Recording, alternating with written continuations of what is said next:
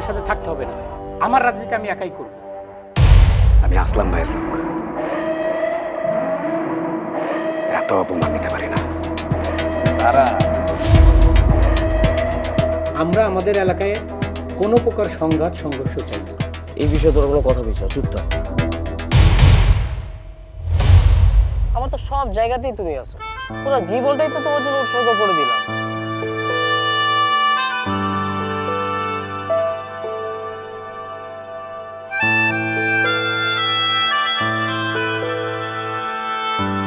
ওপরে বললে কি হবে? হ্যাঁ, আমার কি সিরা যাবে?